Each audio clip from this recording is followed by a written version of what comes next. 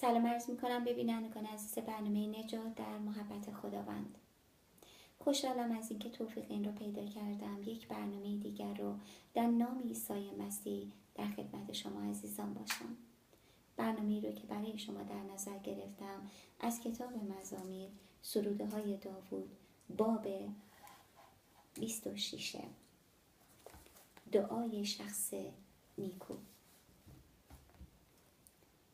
خداوندا از من حمایت فرما، زیرا در کمال راستی رفتار نموده و بدون تردید به تو توکل کردم. ای خداوند، مرا امتحان کن و بیازما، قلب و وجدان مرا پاک گردان. محبت سرشار تو راهنمای من است. من در حضور تو با وفاداری رفتار می کنم. با اشخاص بد همنشین نیستم. با مردم ریاکار معاشرت ندارم. از مشارکت با مردم شریر نفرت دارم. با بدکاران رفت و آمد نمی کنم. خداوندا، به نشانی بیگناهی دست خود را می شویم و قربانگاه تو را طواف می کنم.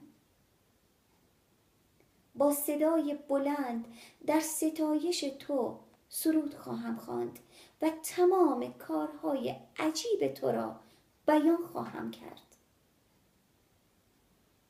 خداوندا، خانه تو را دوست می دارم، آن جایی که جلال تو در آنجاست. مرا با گناهکاران نابود منما و در سرشت مردمان قاتل و خونریز شریک مگردان.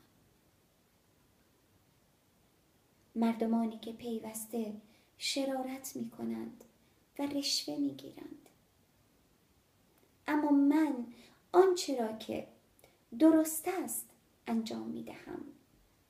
پس بر من رحمت فرموده مرا نجات بده.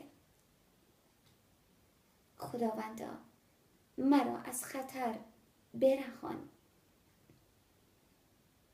و در مقابل همه مردم بت پرست دور نگهدار. خداوند مرا از خطر می رهاند. او را در مقابل همه مردم پرستش خواهم کرد. آمین. خوشحالم از اینکه یک برنامه دیگر رو در خدمت شما عزیزان بودم. همه شما عزیزان رو در دستان پر محبت خدای زنده عیسی مسیح قرار میدم. ایمان دارم خداوند حافظ و پشتیبان شما خواهد بود. آمین. خدا نگهدار.